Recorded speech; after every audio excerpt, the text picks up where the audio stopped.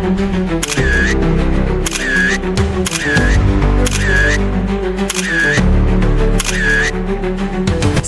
লা লিগায় কঠিন এক ম্যাচে শেষ পর্যন্ত জয় তুলে নিয়েছে বার্সেলোনা।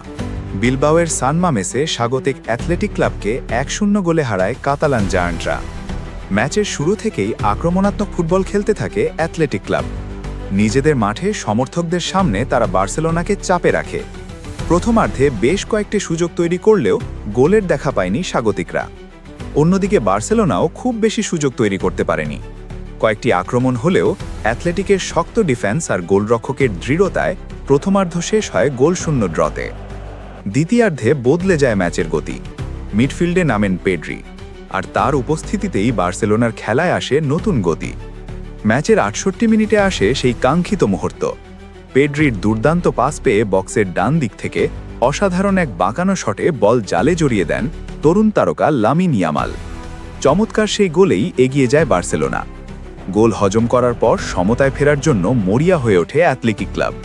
শেষ সময় পর্যন্ত একের পর এক আক্রমণ চালালেও বার্সেলোনার রক্ষণ ভাঙতে পারেনি তারা। শেষ পর্যন্ত ইয়ামালের সেই এক গোলই হয়ে যায় ম্যাচের পার্থক্য। ১-০ গোলের গুরুত্বপূর্ণ জয় নিয়ে মাঠ ছাড়ে বার্সেলোনা।